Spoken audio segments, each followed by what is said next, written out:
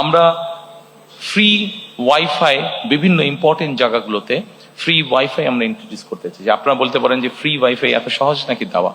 এটার জিনিসটা এমন হবে, কেউ যদি কোথাও ফ্রি ওয়াইফাইটা ব্যবহার করতে চায়, সে লগ ইন করার পরে তাকে ছোট একটি অ্যাড দেখতে হবে। অ্যাডটি ভালো লাগুক বা না লাগুক, অ্যাডটি তাকে দেখতে হবে। এই জন্য অ্যাডটি দেখতে হবে যে অ্যাডের মাধ্যমে ওখানকার যে খরচটা, সেই খরচটা উঠে আসবে, এবং তারপরে সে হয়তো 1 ঘন্টা বা 1.5 ঘন্টা সে ফ্রি ওয়াইফাইটি ব্যবহার করতে পারবে।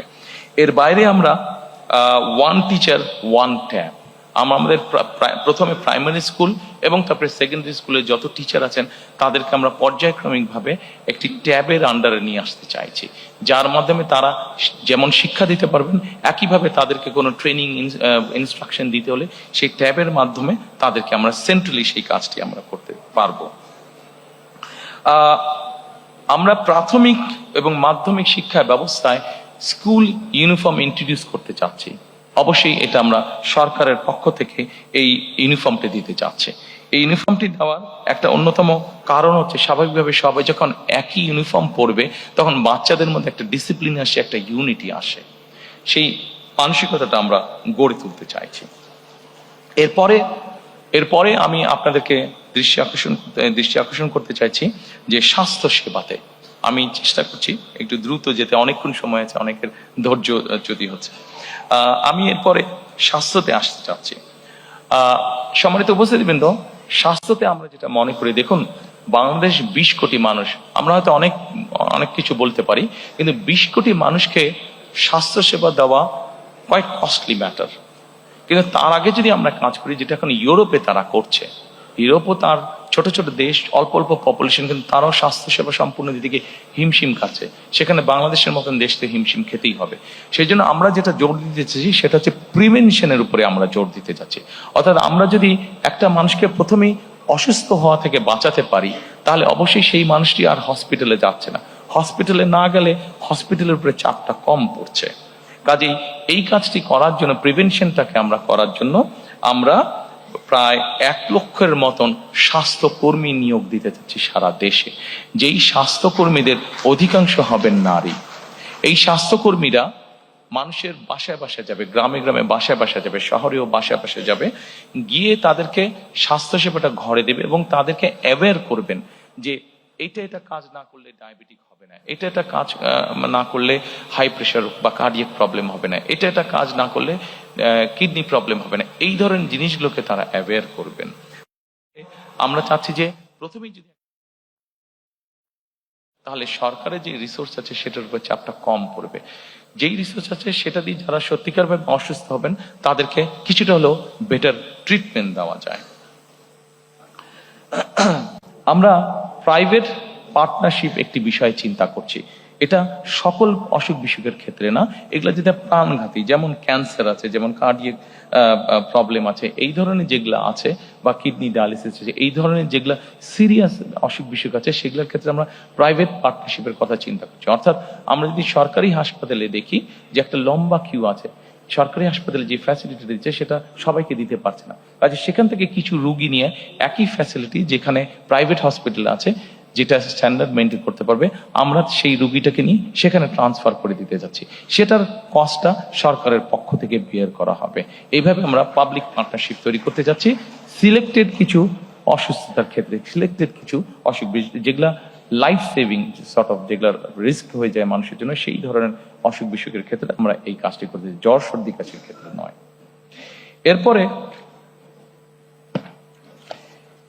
এরপরে আমি আপনাদেরকে অনুরোধ করব প্রতিরক্ষা পররাষ্ট্র নীতিতে। সম্মানিত উপস্থিতিবৃন্দ, অবশ্যই সশস্ত্র বাহিনীকে আমরা সকল বিতর্ক এবং রাজনীতিকরণের বাইরে রাখতে চাই। আমরা যদি সত্যিকার ভাবে আমাদের একটি শক্তিশালী সশস্ত্র বাহিনী গড়ে তুলতে চাই, তাহলে অবশ্যই আমাদেরকে পেশাদারিত্ব বা প্রফেশনালিজমের উপরে জোর দিতে হবে, এবং অবশ্যই তাদেরকে সকল রাজনীতিকরণের বাইরে আমাদেরকে রাখতে হবে। অবসরপ্রাপ্ত সেনা সদস্যদের ক্ষেত্রে আমরা 1 র্যাঙ্ক 1 পেনশন পলিসিটা চালু করতে চাইছি।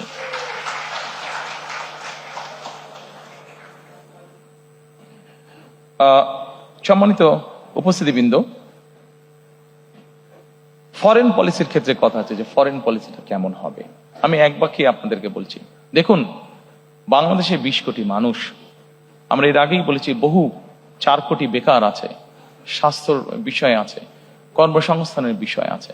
আমাদের ফরেন পলিসিটা খুব সংক্ষেপে যদি বলি সেটাই হবে, অর্থাৎ আমার দেশের স্বার্থ, আমার দেশের মানুষের স্বার্থ রক্ষা করে যাদের বন্ধুত্ব সহযোগিতা পেলে আমরা আমাদের দেশে নতুন ব্যবসা বাণিজ্য প্রতিষ্ঠিত করতে পারবো, আমার দেশের মানুষের কর্মসংস্থানের ব্যবস্থা করতে পারবো, আমাদের দেশের অর্থনৈতিক অবস্থা শক্তিশালী হবে। অবশ্যই আমার দেশের স্বাধীনতা এবং সার্বভৌমত্ব অক্ষুণ্ণ রাখবে।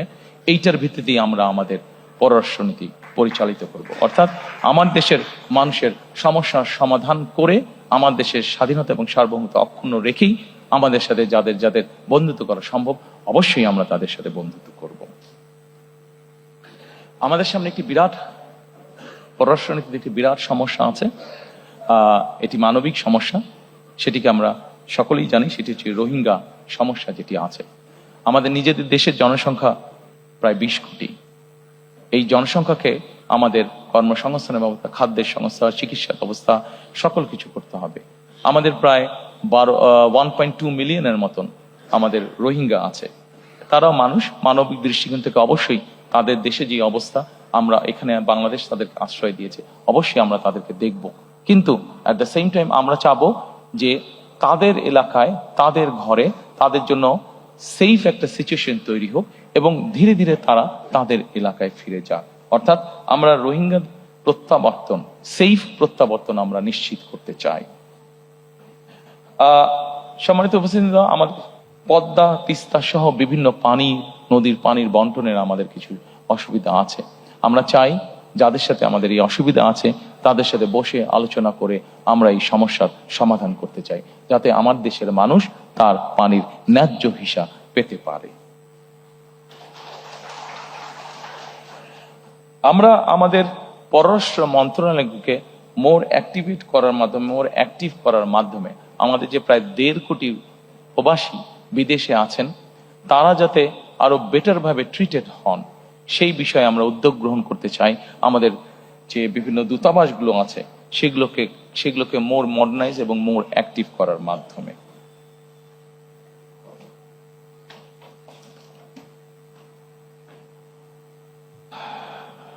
সম্মানিত উপস্থিতিবৃন্দ, এরপরে একটি অত্যন্ত গুরুত্বপূর্ণ বিষয় আছে, সেটির প্রতি আপনাদেরকে আমি অনুরোধ করবো নজর দেওয়ার জন্য। শ্রমিক এবং প্রবাসী কল্যাণ। আমাদের দেশে একটি সমস্যা আছে, আমাদের দেশের নারী, পুরুষ এবং প্রতিবন্ধী যারা, তাদের ক্ষেত্রে একটি বেতনের ব্যাপারে একটি বৈষম্যমূলক আচরণ হয়ে থাকে অনেক জায়গায়, অনেক ক্ষেত্রে। আমরা পর্যায়ক্রমিকভাবে এই সমস্যাটির সমাধান করতে চাই, অর্থাৎ নারী, পুরুষ এবং প্রতিবন্ধীদের জন্য বৈষম্যহীন বেতন আমরা নিশ্চিত করতে চাই। আমরা একই সাথে মাতৃকালীন যে ছুটি আছে, নারীদের যে মাতৃকালীন ছুটি আছে, সেই ছুটিটাকে আমরা 6 মাসের উইথ স্যালারি, মানে সবেতন ছুটিতে আমরা নিয়ে আসতে চাই। এটিকে আমরা পর্যায়ক্রমিকভাবে শিশু শ্রম বন্ধ করার পরিবেশ আমরা নিশ্চিত করতে চাই। প্রিয় সহকর্মীবৃন্দ, আমাদের যে 1.5 কোটি প্রবাসী আছেন, এই প্রবাসীদের জন্য আমরা একটি প্রবাসী কার্ড ইন্ট্রোডিউস করতে চাই। এই কার্ডটি তাকে ব্যাংকিং ফ্যাসিলিটি দিবে এবং এই কার্ডটির মধ্যে তার সব রকম ডিটেলস থাকবে। যখন উনি ফিরে আসবেন, এই কার্ডটির মাধ্যমে উনি কি কি কাজ করেছেন সেটার উপরে ভিত্তি করে যাতে তাকে আমরা একটা দেশে সুন্দর পরিবেশের নিশ্চয়তা দিতে পারি। এটিকে আমরা নাম দিয়েছি, যেটি আমরা প্রবর্তন করতে চাই, এটিকে আমরা নাম দিয়েছি প্রবাসী কার্ড।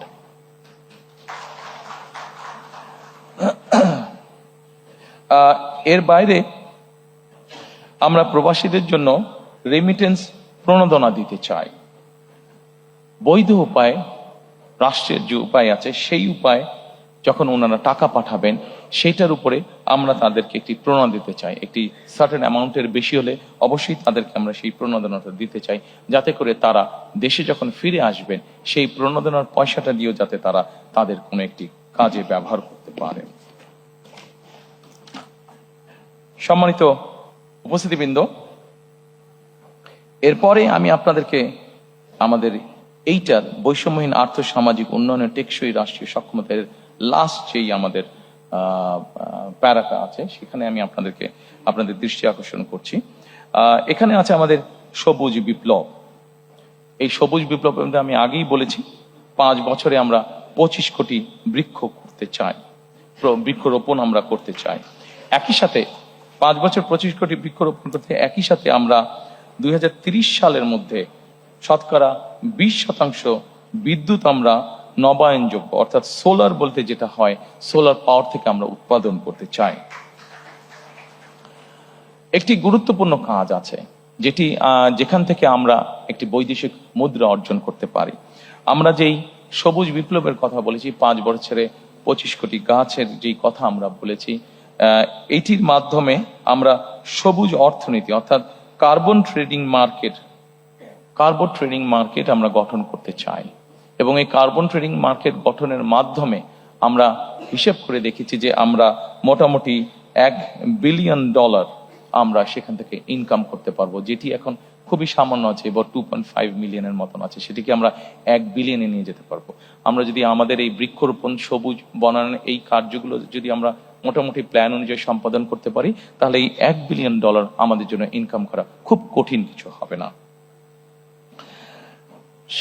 সম্মানিত উপস্থিতিবৃন্দ, 3R, reduce, recycle and reuse. আমরা প্লাস্টিক এবং এই জাতীয় জিনিসের ক্ষেত্রে এই 3R এর উপরে আমরা গুরুত্ব আরোপ করতে চাই। আমাদের পরিবেশকে যদি আমাদের রক্ষা করতে হয়, আমাদের পরিবেশকে যদি আমাদের বসবাস উপযোগী করে রাখতে হয়, তাহলে এই 3R কে আমরা যে কোনো ভাবে বাস্তবায়ন করতে চাই। আমি শিওর এই ঘরে যারা উপস্থিত আছেন সবাই আমাদেরকে এই ব্যাপারে সহযোগিতা করবেন।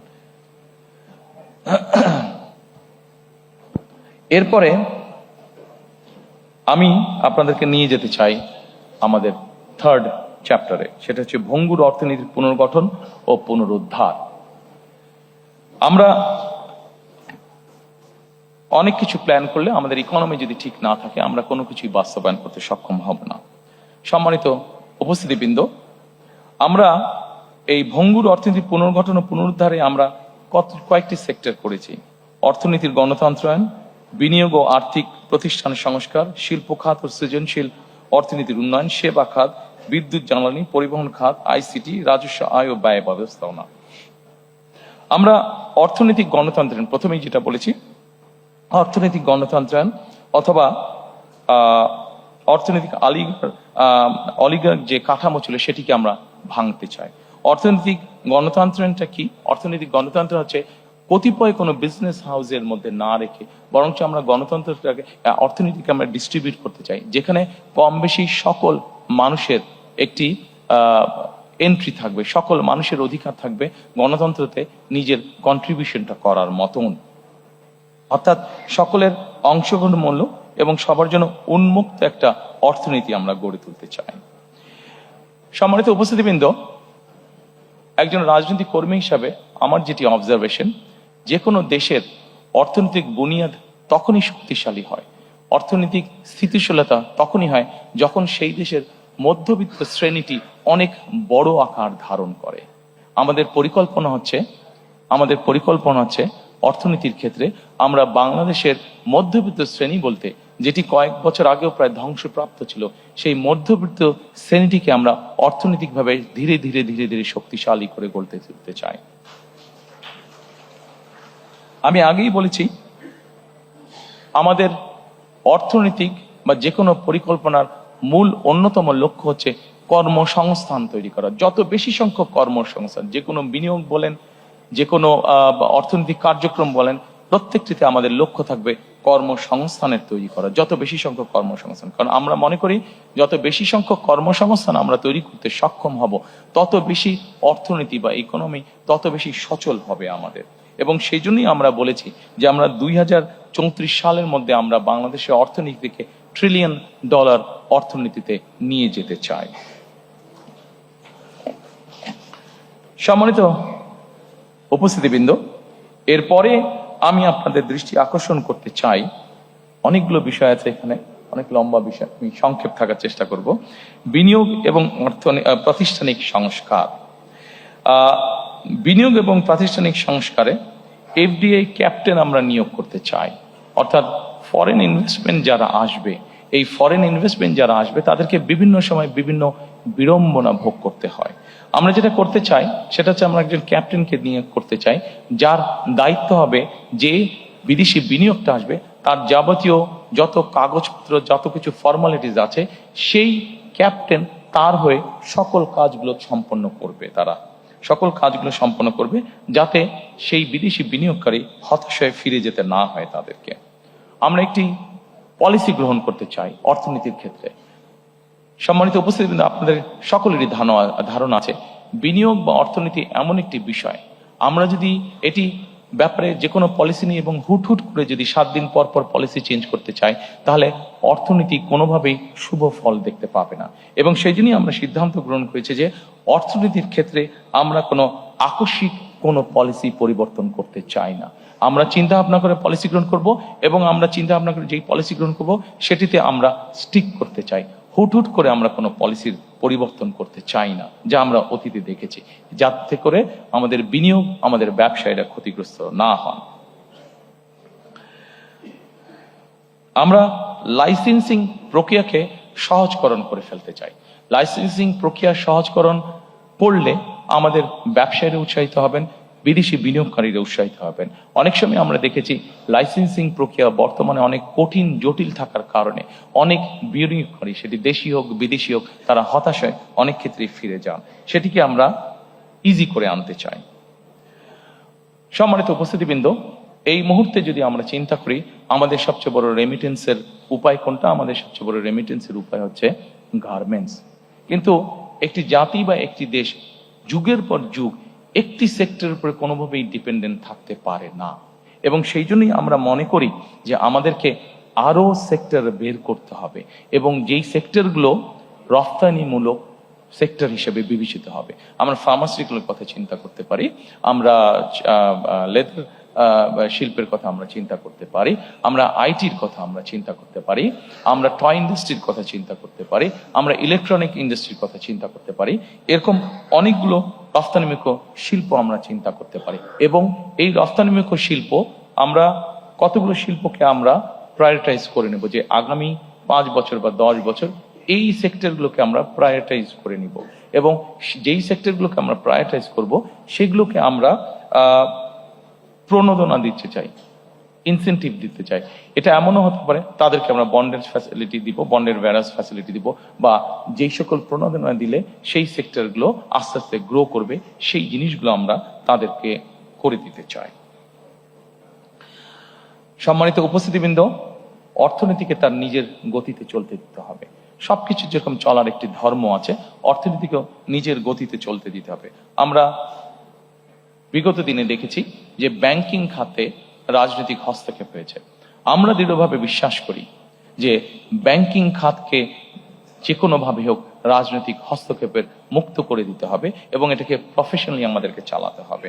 কারণ আমরা যদি ব্যাংকিং খাতকে রাজনৈতিকভাবে হস্তক্ষেপ করি তাহলে এটির অশুভ প্রভাব অর্থনীতির উপরে পড়বে, যেটি আমাদের কারো জন্য কাঙ্ক্ষিত নয়।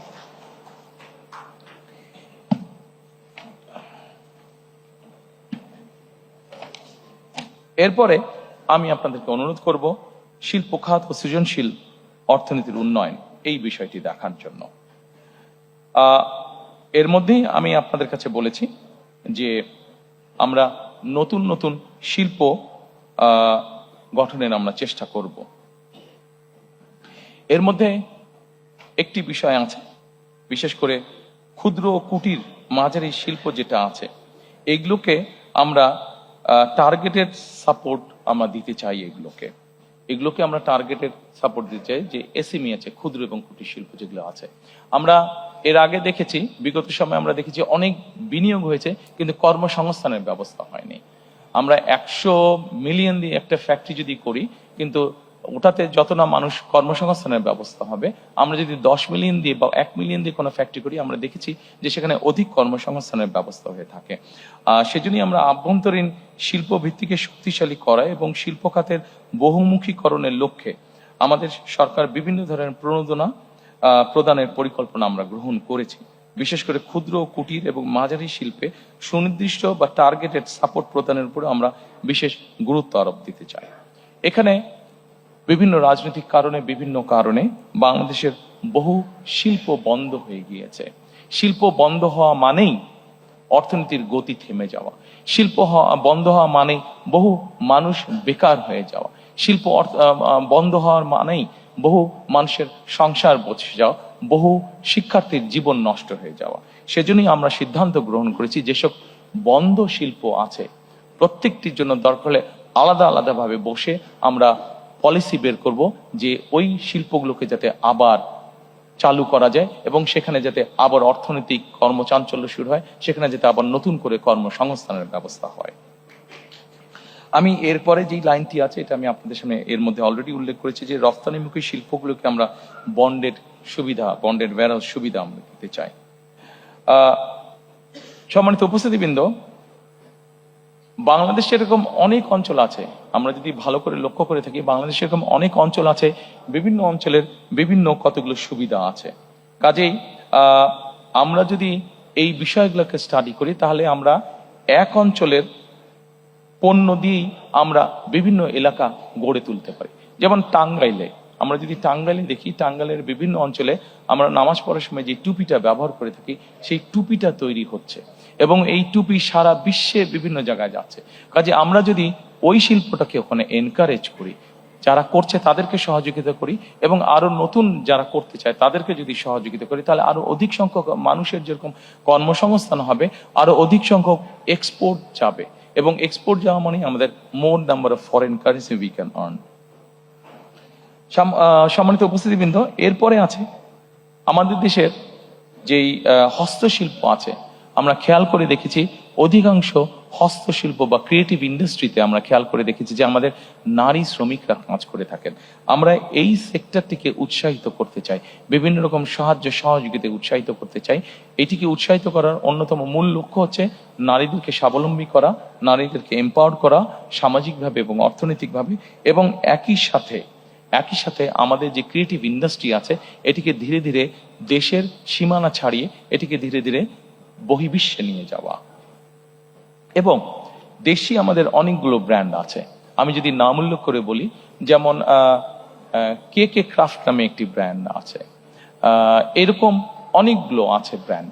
আমরা পৃথিবীর বড় বড় দেশ যেগুলো আছে, আমরা বাংলাদেশের এরকম শিল্প যারা আছে এই শিল্পগুলোকে যদি আমরা সাপোর্ট দিই, যে তারা পৃথিবীর বড় বড় যেই স্টোরগুলো আছে সেখানে যদি তাদেরকে সাপোর্ট দিই যে ঠিক আছে আগামী 1 বছর 2 বছর বা 3 বছরের জন্য তোমাদেরকে আমরা ট্যাক্স রিবেট সহ বিভিন্ন সুবিধা দিচ্ছি, তাহলে আমরা আমাদের এই দেশীয় ব্র্যান্ডগুলোকে আন্তর্জাতিক মার্কেটে আমরা একটা বসার বা দাঁড়ানোর মতন একটা সুবিধা আমরা তাদেরকে তৈরি করে দিতে সক্ষম হব।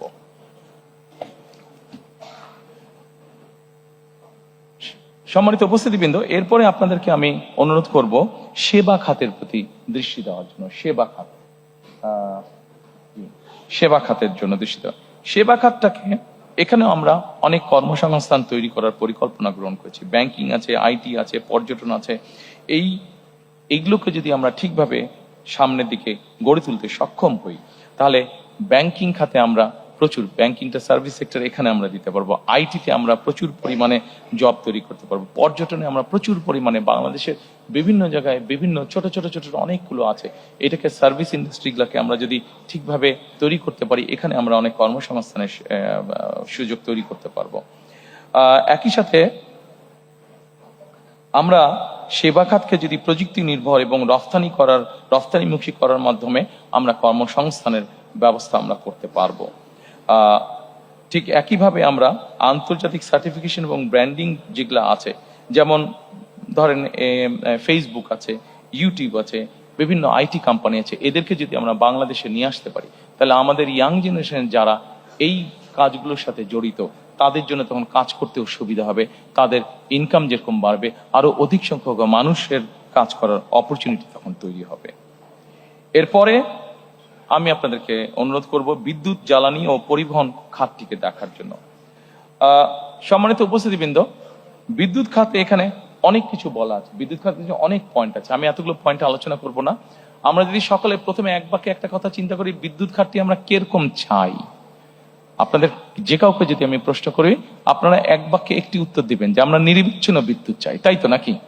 সবার কিন্তু এটা থাকবে, নিরবিচ্ছিন্ন বিদ্যুৎ চাই আমরা।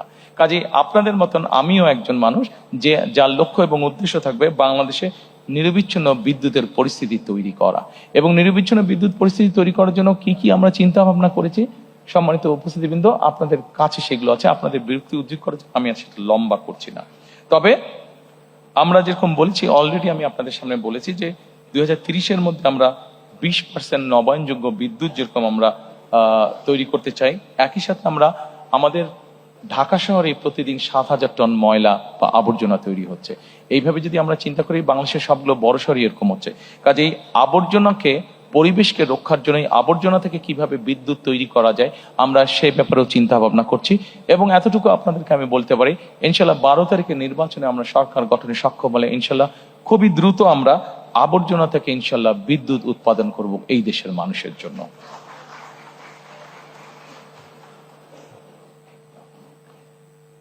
সম্মানিত উপস্থিতিবৃন্দ, এরপরে আছে যোগাযোগ ও পরিবহন খাত। যোগাযোগ এবং পরিবহন খাতের খুব সংক্ষেপে যদি আমরা নিয়ে আসি, আমরা সম্পূর্ণ বাংলাদেশটাকে আমরা রেল লাইনের মাধ্যমে কানেক্টিভিটি আমরা তৈরি করতে চাইছি। রেল লাইনের মাধ্যমে অবশ্যই রোড আছে, রাস্তাঘাট, হাইওয়ে, মোটরওয়ে, বাস, ট্রাক, এগুলো অবশ্যই আছে, কিন্তু রেলওয়ের মাধ্যমে এই জন্য আমি আপনাদের সামনে কথাটা তুলে দিলাম যে রেলওয়েকে যদি আমরা ডেভেলপ করতে পারি তাহলে কিন্তু মানুষের যাতায়াত খরচ, সেটা নিজের যাতায়াত খরচ হোক অথবা পণ্য পরিবহন হোক, সেটি অনেকাংশে কমে আসবে। এই কমে আসার ফলে যেটি হবে, মানুষ যেরকম সহজে যাতায়াত করতে পারবে, আমরা যদি সারা দেশে রেলওয়ে কানেক্টিভিটি তৈরি করতে পারি, মানুষ যেরকম সহজে যাতায়াত করতে পারবে, একই সাথে তার ব্যবসা বাণিজ্যের ক্ষেত্রেও সুবিধা হবে, তার পণ্য পরিবহনের সুবিধা হবে, অর্থাৎ তার জন্য ইকোনমিক্যালি জিনিসটা অনেক বেশি ভায়াবল হবে। আমাদের দেশের নৌ পরিবহন বা জলপথ যেটা আছে, আনফর্চুনেটলি অনেক খাল বিল বন্ধ হয়ে গেছে। এই ব্যাপারে আপনাদেরকে এর মধ্যে আমি বলেছি আমাদের 20,000 কিলোমিটার খাল খননের পরিকল্পনা রয়েছে। এই খাল খননের মাধ্যমে একই সাথে বিভিন্ন নদীগুলোকেও যদি আমরা সক্ষম হই ড্রেজিং করা বা খনন করার জন্য, আমরা প্রত্যাশা করি যে আমরা যে নৌপথে চলাচলের ব্যবস্থাটাকে আমরা অনেক ডেভেলপ করতে পারবো। কারণ আমাদের দেশটা এমনি একটু পপুলেশন বেশি, শুধু রোড কমিউনিকেশন দিয়ে আমরা সকলের যাতায়াত ব্যবস্থা নিশ্চিত করতে পারবো না। কাজে আমাদের যত অল্টারনেটিভ আছে সবগুলো উপায়কে আমাদের দেখতে হবে, সবগুলো উপায়কে আমাদের ব্যবহার করতে হবে। সম্মানিত উপস্থিতিবৃন্দ, এরপরে আপনাদেরকে আমি অনুরোধ করব এই চ্যাপ্টারে আইসিটি, এই ডিপার্টমেন্ট আইসিটি যে চ্যাপ্টারটি আছে সেটা দেখার জন্য। আমি খুব সংক্ষেপেই যাচ্ছি, অনেকক্ষণ সময় নিয়ে নিয়েছি আপনাদের। আইসিটিতে আমরা আমাদের যে পরিকল্পনা সেটা হচ্ছে সাইবার নিরাপত্তা এবং এআই সহ 5টি খাতে আমরা পরিকল্পনা গ্রহণ করছি 2 লক্ষ, এবং ফ্রিল্যান্সিং ও কন্টেন্ট ক্রিয়েশনে আমরা 8 লক্ষ, অল টুগেদার অ্যাবাউট 10 লক্ষ কর্মসংস্থানের আমরা চিন্তা ভাবনা করছি। আমাদের ইয়াং জেনারেশন, যেমন ধরেন আমাদের ইয়াং জেনারেশন যারা সে কন্টেন্ট ক্রিয়েশনের কাজ করে থাকেন, আপনাদের অনেকেই জানা আছে সাউথ কোরিয়া যে দেশটি, এরা এখানে যারা ইয়াং জেনারেশন আছে এরা কন্টেন্ট ক্রিয়েশনে খুব ভালো করে থাকে, এবং খুব সম্ভবত গত বছর তাদের শুধু কন্টেন্ট ক্রিয়েশন থেকেই তাদের ইনকাম ছিল, দেশের ইনকাম ছিল প্রায় $12 বিলিয়ন। কাজে তারা যদি পারে, আমাদের ইয়াং জেনারেশন না পারার কোনো কারণ নেই। আমাদের কিছু পলিসিগত বিষয় আছে, সেই পলিসিগুলোকে আমাদেরকে সঠিকভাবে গ্রহণ করতে হবে। পলিসিগুলো গ্রহণ করার মাধ্যমে আমরা যদি এই ছেলে মেয়েদেরকে ট্রেনিং দিতে পারি, একটু তাদেরকে বিভিন্নভাবে সহযোগিতা করতে পারি, আমরা দৃঢ়ভাবে বিশ্বাস করি যে এখানে 8 লক্ষ আমরা বলেছি, 8 লক্ষের বেশি আমরা তৈরি করতে পারবো, এবং প্রচুর পরিমাণ বৈদেশিক মুদ্রা আমরা এখান থেকে অর্জন করতে সক্ষম হব। আমরা সবার জন্য এখানে বলেছি দ্রুত এবং নির্ভরযোগ্য ইন্টারনেট, বিনামূল্যে উচ্চগতির দ্রুত এবং ইন্টারনেট। বিনামূল্যে কিভাবে আমরা প্রোভাইড করতে চাই, ওটার ভিতরে ছোট্ট যে সিক্রেটটা আছে এটা আমি আপনাদের সামনে তুলে ধরেছি। কাজেই এইটিতে আমি আবার রিপিট করলাম না, সময় নষ্ট হবে। সম্মানিত উপস্থিতিবৃন্দ, আমাদেরকে একটি বিষয়ে খুবই সিরিয়াস হতে হবে। এই বিষয়টিতে আমাদের বহু মানুষ কষ্ট পাচ্ছেন, বিশেষ করে নারী সমাজের সদস্যরা, তাদেরকে বিভিন্নভাবে হেনস্থা করা হচ্ছে। সেটি হচ্ছে জাতীয় সাইবার নিরাপত্তা, সাইবার বুলিং এবং নাগরিক তথ্য, বিশেষ করে সাইবার বুলিং। আমাদের নারী সমাজের সদস্যরা বিভিন্নভাবে সাইবার বুলিং এর শিকার তারা হচ্ছে। কাজেই এ ব্যাপারে আমাদেরকে কঠোর কঠোর এবং কঠোর পদক্ষেপ গ্রহণ করতে হবে, আইনগুলোকে আমাদের ঠিক করতে হবে, এবং শুধু আইন ঠিক না, আইন যাতে সঠিকভাবে কাজ করে সেই পদক্ষেপ আমরা গ্রহণ করব, যাতে বুলিং এর শিকার কেউ না হয়। যারা বুলিং করবে তাদেরকে অবশ্যই দেশের আইন অনুযায়ী শাস্তি পেতে হবে, এটি আমাদেরকে যে কোনো মূল্যে নিশ্চিত করব আমরা। এরপরে এখানে একটি উল্লেখ করে নেই আপনাদের সামনে, আপনাদের অনেকেরই জানা আছে, তারপরে আমি উল্লেখ করছি। বাংলাদেশে এই মুহূর্তে যে আইসিটি মিনিস্ট্রি আছে, আপনাদের অনেকেরই জানা আছে, এই আইসিটি মিনিস্ট্রি 2000 খুব সম্ভব 3 সাল পর্যন্ত এটি অন্য সায়েন্স অ্যান্ড টেকনোলজি মিনিস্ট্রির সাথে খুব সম্ভব এটি সম্পর্কিত ছিল। বেগম খালেদা জিয়া সরকারের সময় আইসিটি এখন যে মিনিস্ট্রি আছে এটাকে বের করে নিয়ে এসে আলাদা একটি মিনিস্ট্রি গঠন করা হয়। অর্থাৎ 2004 সালে বিএনপি সরকার এই আইসিটির গুরুত্বটি অনুধাবন করেছিল এবং সেইভাবে সেটিকে গুরুত্ব দিয়ে আলাদা মিনিস্ট্রি গঠন করেছিল।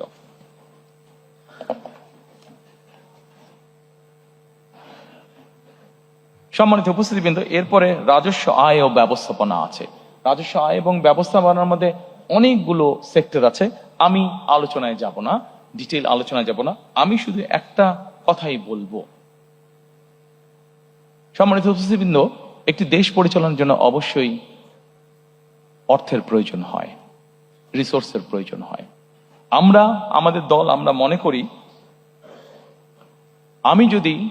আমরা যদি আমাদের সরকার মানুষের কর্মসংস্থান যত বেশি তৈরি করতে পারবে, বিনিয়োগের অবস্থা যত বেশি তৈরি করতে পারবে, যত বেশি মানুষকে বিনিয়োগ করাতে পারবে, অটোমেটিক নর্মালি সরকারের রাজস্ব বৃদ্ধি পাবে।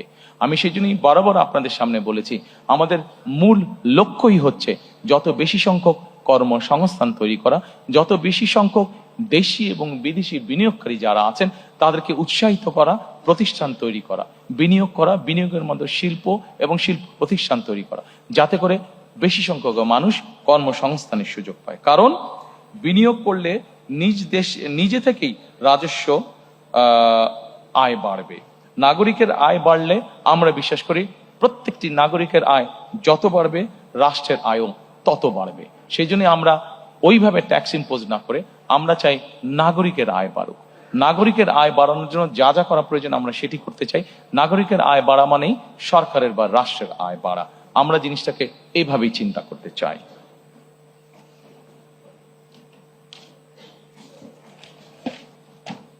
এরপরে সম্মানিত উপস্থিতিবৃন্দ, আপনাদেরকে অঞ্চল ভিত্তিক সুষম উন্নয়নের মধ্যে আমি নিয়ে যেতে চাই।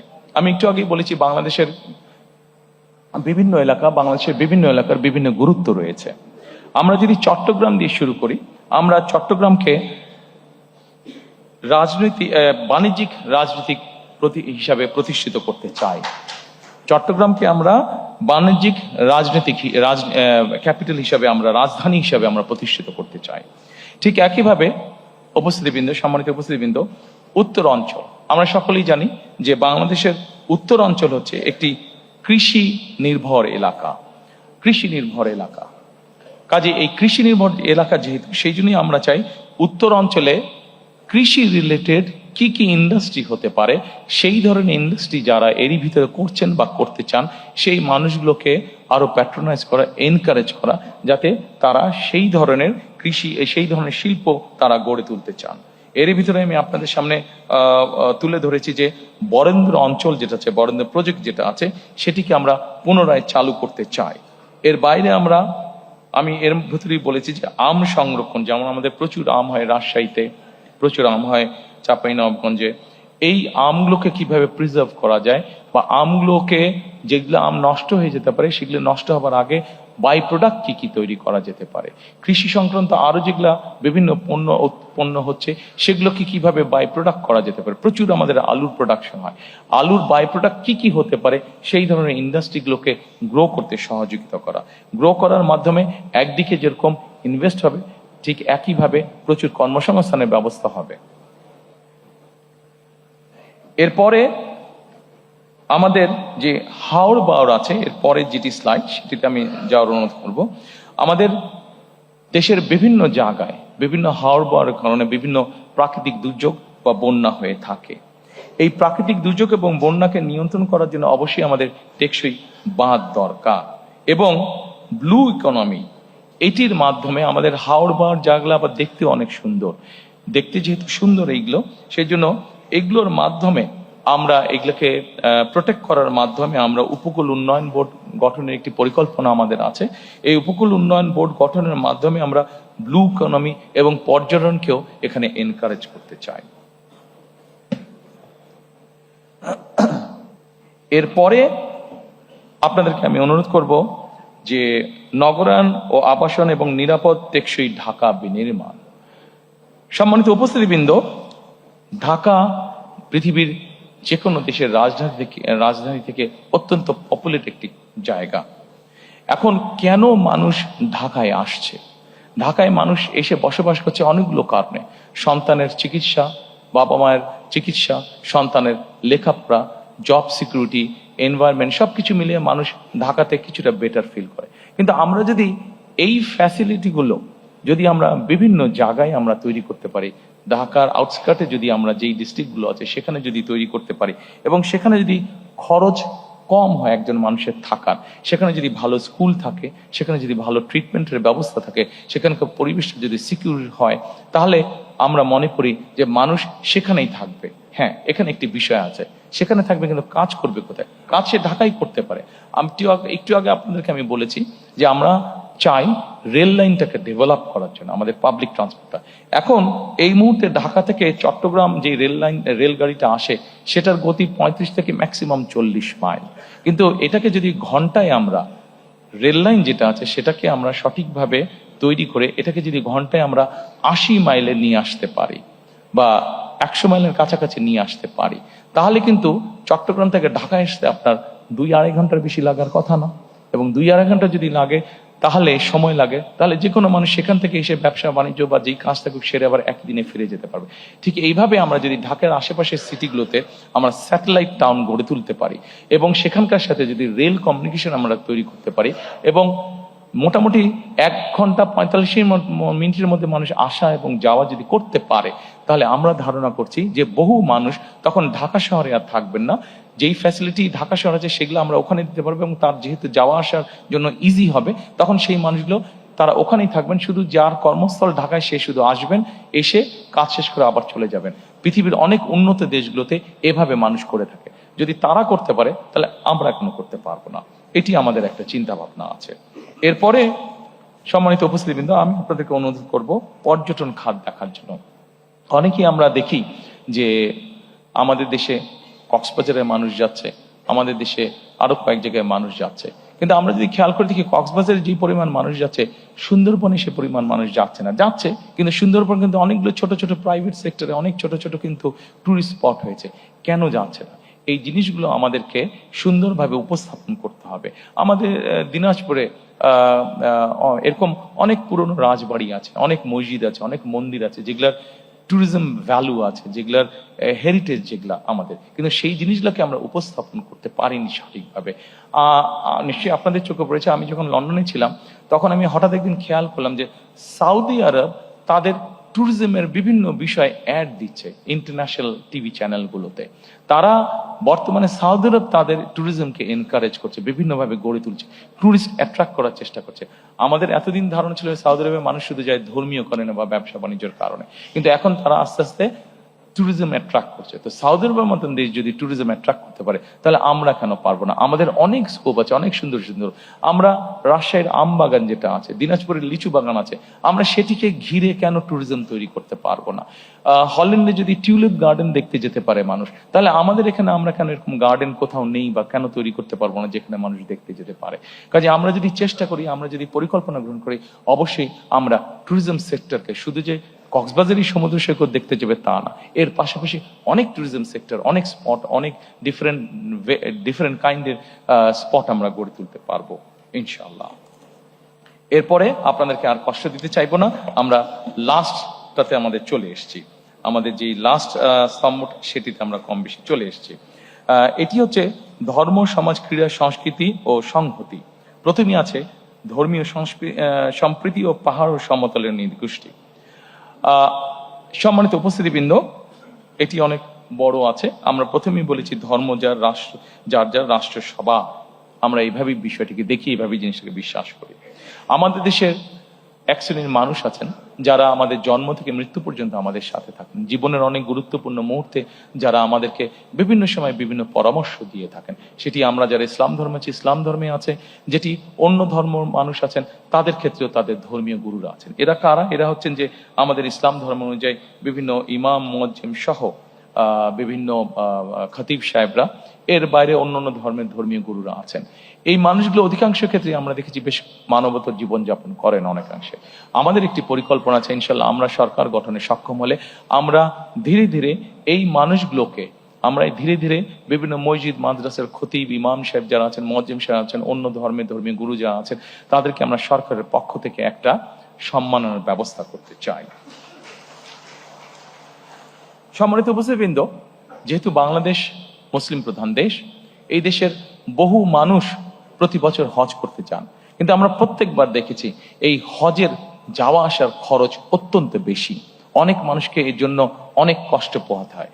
আমরা এই খরচটাকে কমিয়ে নিয়ে আসার চিন্তা ভাবনা করেছি এবং আমরা মনে করি আমরা যদি এখানে থার্ড এয়ারলাইনকে এন্ট্রি দিতে পারি তাহলে আমাদের হজ যাত্রীদের খরচ, টিকিটের খরচ অনেকাংশে কমিয়ে আসবে এবং আমাদের পরিকল্পনার মধ্যে এটা রয়েছে কিভাবে আমরা এই হজ যাত্রীদেরকে সুবিধা দিতে পারবো, তাদের খরচটা কমিয়ে আনতে পারবো। এরপরে আমি আপনাদেরকে ক্রীড়া, আমাদের এই চ্যাপ্টারের ক্রীড়া আছে, ক্রীড়াতে আমি আপনাদেরকে অনুরোধ করব। সম্মানিত উপস্থিতিবৃন্দ, এটি এমন একটা সাবজেক্ট যেই সাবজেক্টটাতে কম বেশি প্রত্যেকটি মানুষের, সে যখন ইয়াং থাকে, শিশু অবস্থায়, সে যখন তরুণ অবস্থায় থাকে, যুব অবস্থায় থাকে, প্রত্যেকটি মানুষেরই কম বেশি আগ্রহ থাকে। আমরা শুধু আমাদের দেশে বিভিন্ন প্রফেশনাল তৈরি করতে চাই। আমাদের দেশে একটি সমাজ ব্যবস্থার মধ্যে হয় ডাক্তার হতে হবে, নাহলে ইঞ্জিনিয়ার হতে হবে, নাহলে আর্কিটেক্ট হতে হবে, অর্থাৎ নাহলে ব্যারিস্টার হতে হবে, এই ধরনের পেশাকে প্রাধান্য দেওয়া হয়ে থাকে। কিন্তু পৃথিবীর অনেক দেশ আছে যেখানে প্রফেশনাল খেলোয়াড় তৈরি হচ্ছে, সেই খেলোয়াড় প্রফেশনালি তৈরি হচ্ছে। আমাদের দেশে এরকম বহুত প্রতিভা আছে যাদেরকে আমরা প্রফেশনালি খেলোয়াড় তৈরি করতে পারি এবং আমাদের পরিকল্পনা রয়েছে আমরা ধীরে ধীরে আমাদের সন্তানদের ভিতর থেকে এরকম প্রফেশনাল খেলোয়াড় আমরা তৈরি করে আনতে চাই। এটি আমাদের অন্যতম পরিকল্পনা অনেকগুলোর মধ্যে। সম্মানিত উপস্থিতিবৃন্দ, এরপরে গণমাধ্যম, শিল্প, সংস্কৃতি আছে। আমি আগেই বলেছি আমরা গণমাধ্যমের স্বাধীনতায় বিশ্বাস করি, কারণ আমরা মনে করি, বিএনপি মনে করে গণমাধ্যম যদি স্বাধীন না থাকে আমাদের জবাবদিহিতা তৈরি করতে কষ্ট হবে। কাজে গণমাধ্যম যদি থাকে আমরা সহজেই দেশে একটি জবাবদিহি সরকার তৈরি করতে সক্ষম হব, জবাবদিহি একটি পরিস্থিতি তৈরি করতে সক্ষম হব। একই সাথে শিল্প এবং সংস্কৃতি, আপনাদের যদি মনে থেকে থাকে এই শিল্প সংস্কৃতি বিভিন্ন সেক্টরে মানুষকে এনকারেজ করার জন্য, সম্মানী গুণী মানুষদেরকে স্বীকৃতি দেওয়ার জন্য শহীদ রাষ্ট্রপতি জিয়াউর রহমানের সময় 21শে পদক এবং স্বাধীনতা পদক, এই দুটি পদক চালু করা হয়েছিল। সম্মানিত উপস্থিতিবৃন্দ, এই পদক দুটি বর্তমানেও চালু আছে। আমাদের পরিকল্পনার মধ্যে একটি পরিকল্পনা আছে সমাজের বিভিন্ন মানুষ যাদেরকে অনেকে কেউ চেনে না, কিন্তু তারা বিভিন্নভাবে সমাজে বিভিন্ন রকম কন্ট্রিবিউশন করে থাকেন। আমরা চাই এই মানুষগুলোকে ধীরে ধীরে ধীরে রিকগনাইজ করার জন্য, তাদেরকে উৎসাহিত করার জন্য, যাতে করে তাদের ভালো কাজগুলো উদাহরণ হিসাবে অন্য মানুষকেও উৎসাহিত করে ভালো কিছু করার জন্য, সমাজের জন্য ভালো কিছু করার জন্য। এবং এই মানুষগুলোকে কিভাবে সিলেক্ট করা যায়, এই মানুষগুলোকে কিভাবে এনকারেজ করা যায়, সেই ব্যাপারে আমাদের একটি পরিকল্পনা রয়েছে। আপনারা নিশ্চয়ই জানেন, খেলার প্রসঙ্গে আরেকটু ফিরে আসবো আমি, নতুন কুড়ি নামে একটি অনুষ্ঠান চালু করেছিলেন শহীদ রাষ্ট্রপতি জিয়াউর রহমান।